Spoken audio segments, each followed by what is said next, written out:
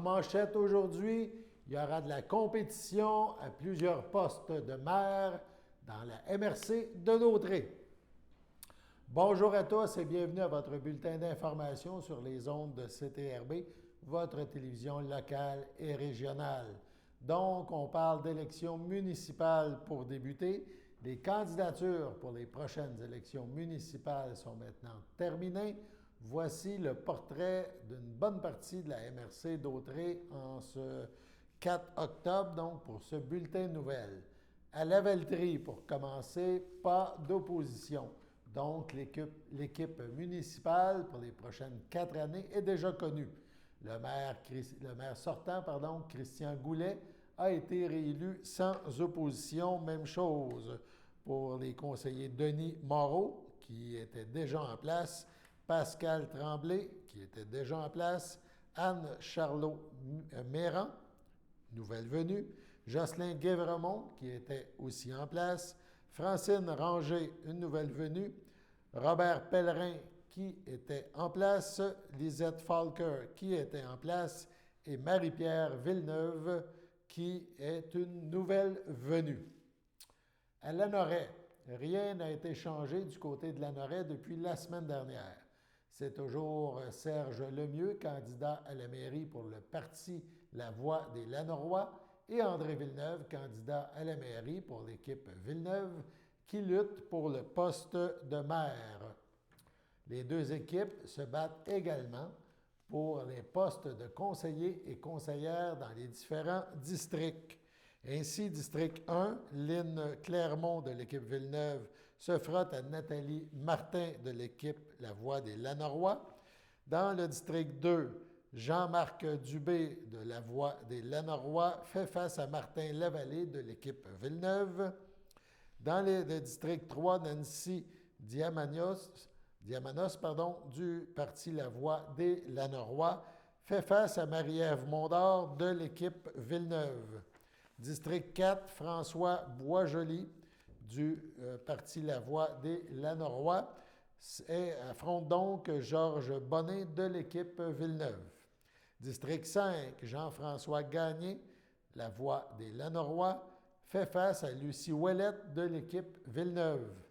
District 6, le parti La Voix des Lanorois présente José Castonguay et l'équipe Villeneuve, Martin Gagnon. À Berthierville, cette fois, ça a bougé du côté de Berthierville.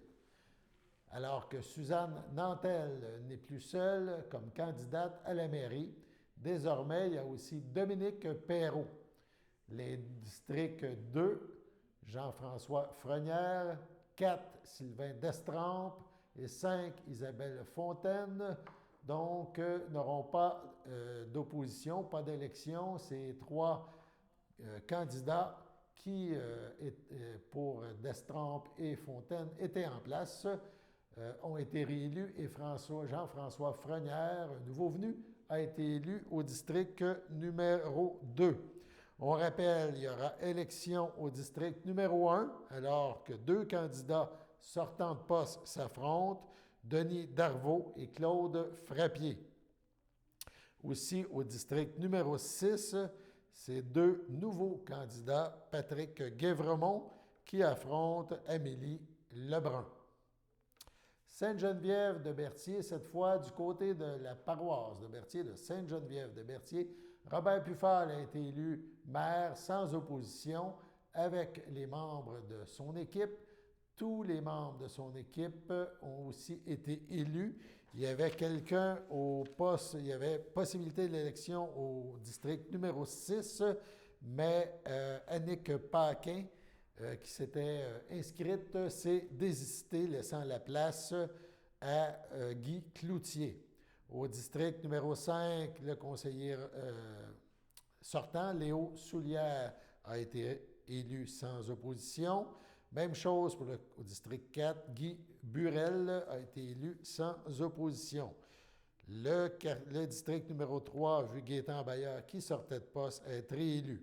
Au district numéro 2, René Darvaux, un nouveau venu, a été élu sans opposition. Au district 1, Alain Laferrière, qui était sortant de poste, a aussi été élu sans opposition. Saint-Ignace de Loyola maintenant. Jean-Luc Barthe a été réélu maire sans opposition, tout comme les conseillers Christian Valois, district 3, Gilles Courchain, district 5 et Louis-Charles Guertin, district 6. Il y a donc de l'opposition dans les autres quartiers. On parle du district 1. Roy Grégoire, sortant de poste, fait face à Évelyne Latour. Le district 2, Pierre-Luc Guertin, sortant de poste, affrontera Raymond Lapré. Et le district 4, Patricia Girard, se mesurera à Daniel Valois, sortant de poste. Donc, des élections à 3 quartiers dans 3 districts à Saint-Ignace de Loyola. On parle maintenant de la visitation de l'île du Pas. Pour l'île du Pas, il y aura une lutte pour la mairie entre Alain Goyette, qui était jusqu'au déclenchement des élections conseiller municipal, donc il se présente à la mairie et affrontera Yvon Poirier de l'équipe Yvon Poirier. Les deux luttent donc pour le poste de maire. Les postes 2, Serge Boucher de l'équipe Poirier et le poste 4, André Rondeau, aussi de l'équipe Poirier, ont été élus sans opposition. Il y aura cependant de belles luttes à prévoir. On parle dans le poste 1, Claude Desgagnés de l'équipe Poirier qui affrontera François Drainville. Au poste 3, Maryse Courchaine, qui est sortante de poste, affrontera Anne-Marie Cyr de l'équipe Poirier. Au poste 5, Stéphane Lamarre se mesurera à Alexandre Salois-Lapointe de l'équipe Poirier. Et finalement, au poste 6, Jacinthe Drainville se mesurera à Michel Jasmin de l'équipe Poirier. Allons-y maintenant avec Saint-Norbert. Donc, il y aura des élections partout à Saint-Norbert. Sonia Desjardins de l'équipe Sonia Desjardins et Stéphane Funaro, de l'équipe Stéphane Funaro, se battent pour les postes à la mairie. Ces deux équipes se livrent bataille également pour tous les autres postes de conseillers-conseillères. On parle au poste 1, José Lévesque se mesurera à Marie-Michel Paradis, la première de l'équipe Funaro, la deuxième de l'équipe Desjardins. Christian Biron de l'équipe Stéphane Funaro se mesurera au poste 2 à Sébastien Hull de l'équipe Sonia Desjardins. Au poste 3, l'équipe Funaro, Carmen Bruda et équipe Desjardins, Sonia Desjardins, ça sera Michel Mondou. Au poste 4, Michel Fafard, sortant d'un autre poste, était donc conseiller, fait partie de l'équipe Funaro. Il affrontera Denise Riquier de l'équipe Desjardins. Au poste 5, Hélène Houd, sortant d'un autre poste, donc elle était conseillère, fait partie de l'équipe Funaro. Yvan Lapointe et fait équipe avec l'équipe Sonia Desjardins. Poste 6, l'équipe Funaro présente Geneviève Dancos et l'équipe Desjardins présente Patrick Pilon qui était conseiller à ce poste lors du dernier 4 ans. Donc, si on poursuit avec Saint-Cuthbert maintenant. Donc, Saint-Cuthbert, 3 candidats à la mairie. Du côté de Saint-Cuthbert, soit Richard Bellumeur, Jean-Pierre Doucet et Guillaume Narbonne. Les postes 1, 5 et 6 ont été élus sans opposition. Le conseil municipal de Saint-Didas a été élu au complet, sans opposition, avec Yves Germain, qui a été réélu comme maire. Même chose du côté de la ville de Saint-Gabriel, où Gaétan Gravel a été réélu comme maire, sans opposition, ainsi que tous les membres de son équipe. 3 candidats se battent pour la mairie à Saint-Gabriel-de-Brandon, soit Mario Frigon, le maire sortant, Christian Jobidon de l'équipe du changement et Patricia Morancy. Les 2 équipes nommées se battent pour les postes de conseillers et conseillères. À Sainte-Élisabeth, Louis Bérard a été réélu maire sans opposition, tout comme son équipe Bérard, excepté le poste numéro 3 où il y a de l'opposition. À Saint-Cléophas de Brandon, Audrey Sénécal a été élue sans opposition, cédant ainsi ou prenant la place de Denis Gamelin. Tous les conseillers conseillères ont été élus sans opposition également. Saint-Barthélemy, maintenant Robert Sylvestre, a été élu sans opposition comme maire du côté de Saint-Barthélemy, tout comme les conseillers conseillères s'étant présentés dans son équipe Action Saint-Barthélemy. Seulement Jean-Pierre Morin au poste 2, qui est un nouvel élu, mais sans équipe. Pour conclure, la MRC de Dautré, on parle de Mandeville, 3 candidats à la mairie, soit François Benjamin, équipe François Benjamin, Jacques Martial, Michel C. Turcotte de l'équipe Turcotte. Tous les districts sont également en jeu. Voilà donc pour ce tour d'horizon au niveau des municipalités de la MRC de Dautré. Allons à la pause.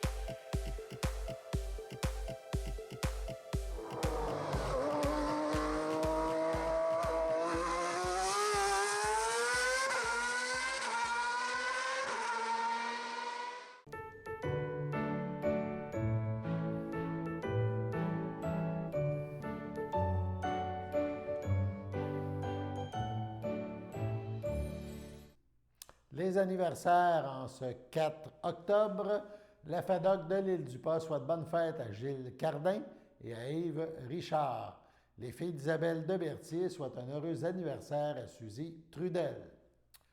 Ce samedi avait lieu le vernissage d'automne au Musée d'art de Joliette pour annoncer justement la programmation automnale. Voici donc quelques images de ce vernissage.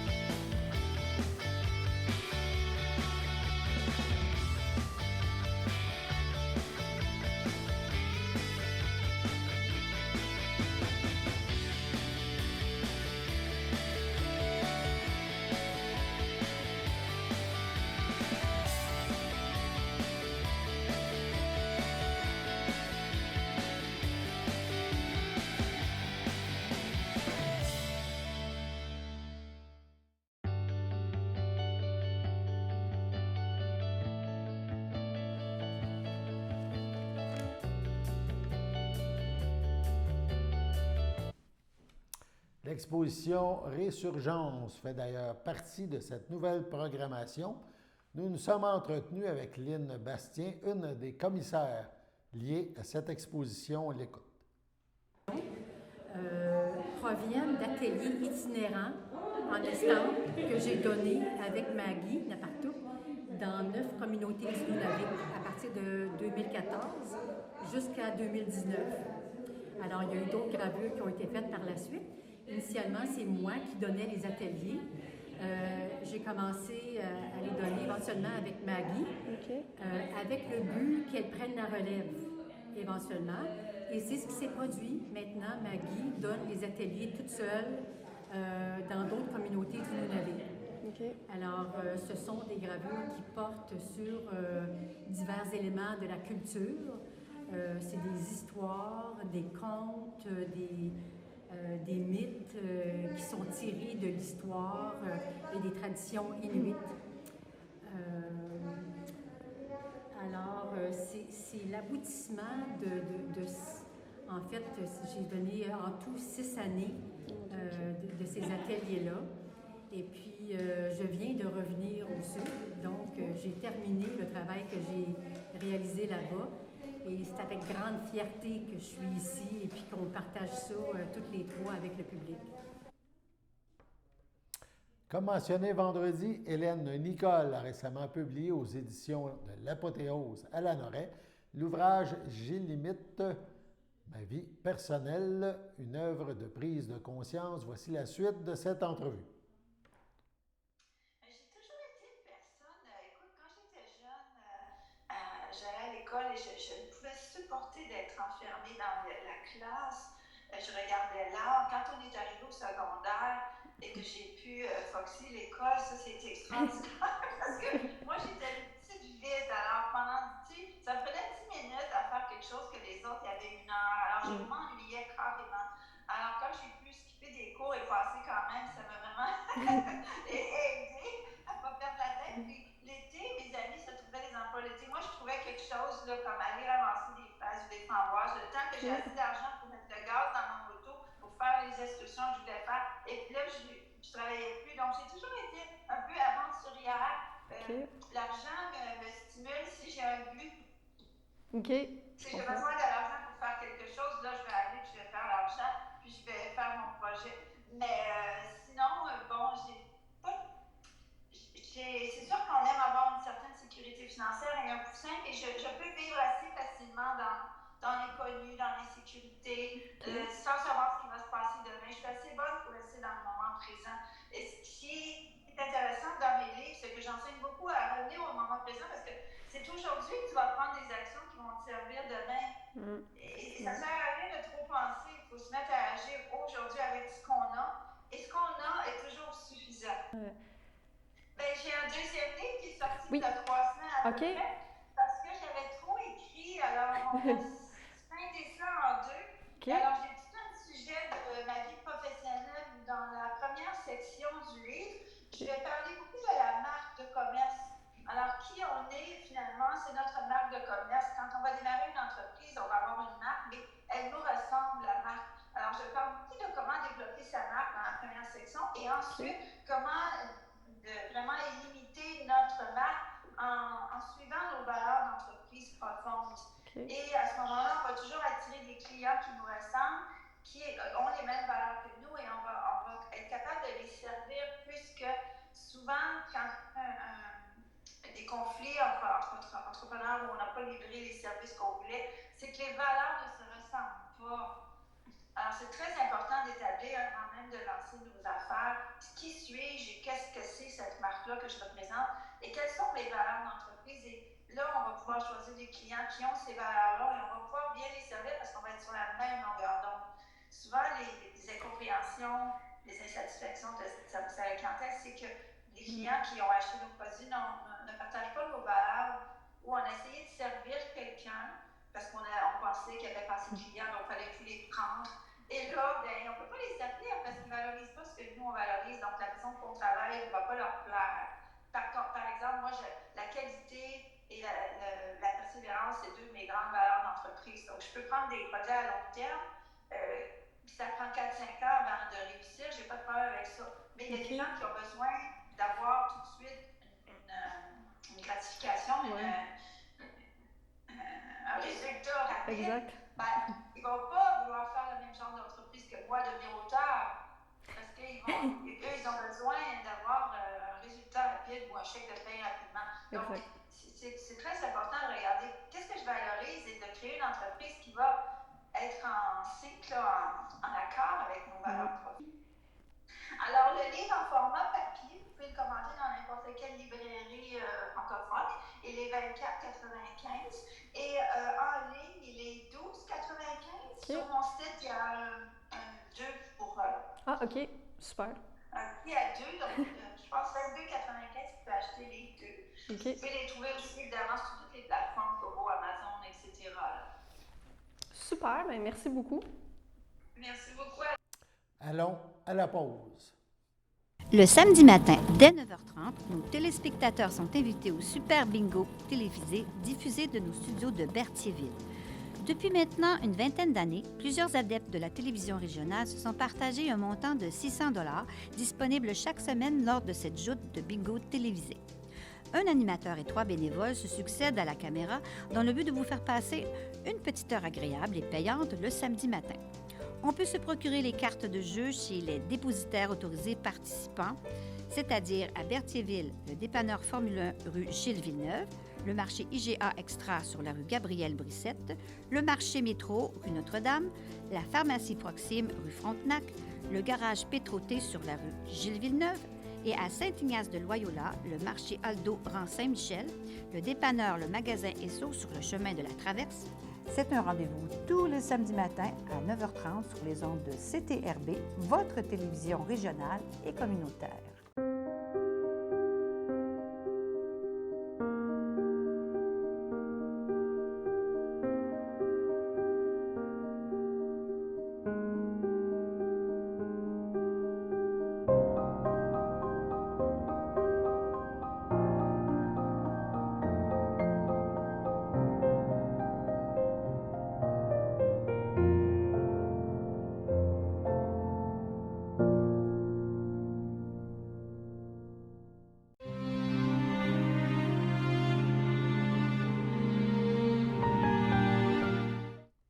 Au CHSLD Éteur de Radon, le 20 septembre, à 88 ans, est décédée Mme Gilberte Bonnet, épouse de feu Claude Beauchesne, demeurant à Saint-Gabriel de Brandon.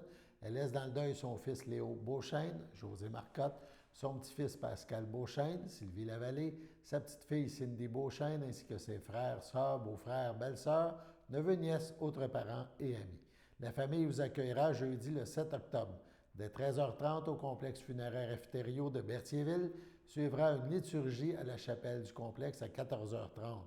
Mme Bonnet-Beauchesne sera inhumée au cimetière de Saint-Thomas de Joliette. Au CHSLD de l'Assomption, le 28 septembre, à 97 ans, est décédée Mme Madeleine Massé, épouse de feu Clément Bérard, demeurant à Saint-Barthélemy. Elle laisse dans le deuil ses enfants, Yvon, Denise Gauthier, Germain Rinfray de feu Pierrette, Normand, Micheline, Reynald, Christiane Rousseau, Jocelyne, Yvon Plante, Claude, Jocelyne Ladouceur, ses petits-enfants arrière-petits-enfants, sa belle-sœur Fleurette Dupuis, feu Carmel Massé, ainsi que plusieurs neveux, nièces et autres parents. Un merci particulier au personnel du Centre d'hébergement de l'Assomption pour leurs bons soins, ainsi que le soutien et l'empathie qu'ils ont eu face à cette situation difficile. La famille vous accueillera samedi le 9 octobre dès 9h30 en l'église de Saint-Barthélemy. Suivront les funérailles à 11h. Mme Massé-Bérard sera inhumée au cimetière de Saint-Barthélemy. Au CHSLD du Piémont de Saint-Jean-de-Mata, le 26 septembre dernier, à l'âge de 88 ans, est décédée Mme Céline Martel, épouse de feu Jean-Guy Dubois, demeurant à Berthierville et autrefois de Saint-Barthélemy. Elle laisse dans le deuil ses filles, Manon Dubois, Yves Massé, Guylaine Dubois, Éric Parent, ses petits-enfants David, Catherine et Lise, ses arrière-petits-enfants Camille, Clara et Louis, son frère Gilles Martel, Louisette Carrier, ses beaux-frères et belles-sœurs, Gisèle Meunier, feu Fernand Martel, Marie-Claire Dionne, feu Simon Martel, Lise Bloomer, feu Jean-Guy Martel, André Dubois, Louise Gadouri, feu Raymond Dubois, Richard Dubois, Lise Reed, ainsi que plusieurs neveux, nièces, autres parents et amis.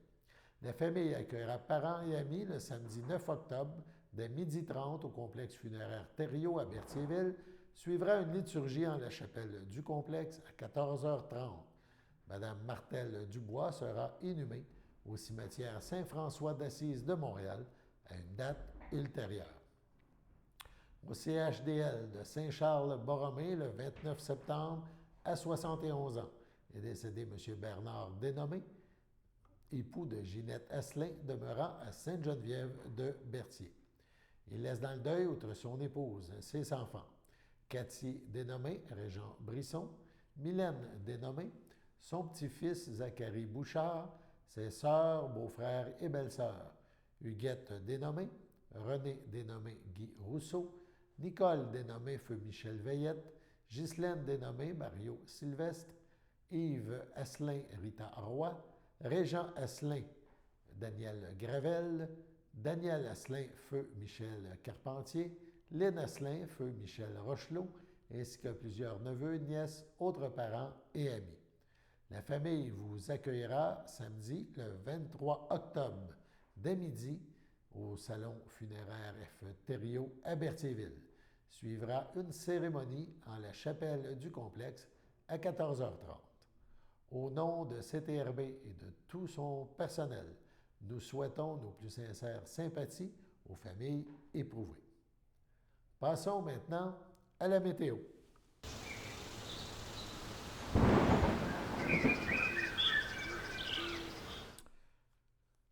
Donc, la météo, on la voit dernièrement. Voici. Lundi, cette nuit, c'est ciel plutôt nuageux. On parle de 11 degrés. C'est quand même assez confortable. Mardi matin, les nuages seront toujours présents, donc plutôt nuageux. 10 degrés en matinée. Dans l'après-midi, le soleil revient. C'est ensoleillé avec quelques nuages, mais le mercure sera à la hausse. On parle de 18 degrés. C'est quand même une très belle journée. En soirée, mardi, le ciel sera dégagé. On parle de 13 degrés en soirée. Et durant la nuit, le ciel restera dégagé. Ça sera quand même un peu plus frais. On parle de 8 degrés. Voilà, c'était vos informations sur les ondes de CTRB, votre télévision locale et régionale. Alain Bellumeur au pupitre qui vous invite à être des nôtres demain pour la prochaine édition de notre bulletin d'information. Merci d'être des nôtres.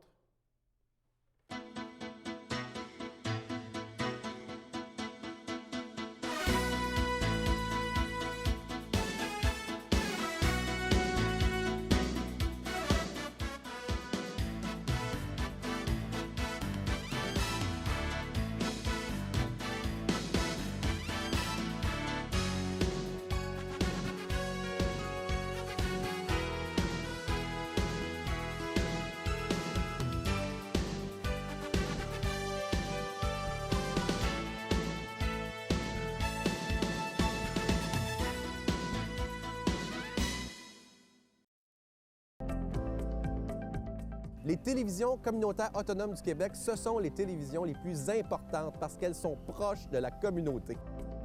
On veut encourager des gens qui parlent de ce qui nous intéresse, mais aussi qui participent au développement local. Mais c'est fini le temps là, où on allait lire une affaire qui a été écrite avant hier au bout du monde. Non! Tu veux savoir ce qui se passe chez vous?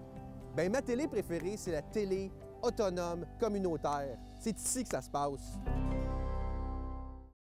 Sachez que vous pouvez nous faire part de vos commentaires, soit pour une annonce gratuite sur notre babillard ou toute autre suggestion en nous rejoignant par téléphone au 450-836-5103, 450-836-5103, ou bien par courriel tvcberthierville@hotmail.com, sur Facebook en écrivant Facebook CTRB. Et surtout, n'hésitez pas à visiter notre chaîne YouTube afin d'y retrouver une grande partie de notre programmation sur YouTube CTRB. Les émissions sont classées par catégorie, vous permettant de chercher moins longtemps. Vous pouvez aussi cliquer sur le rectangle rouge « S'abonner » pour être à l'affût des dernières émissions enregistrées.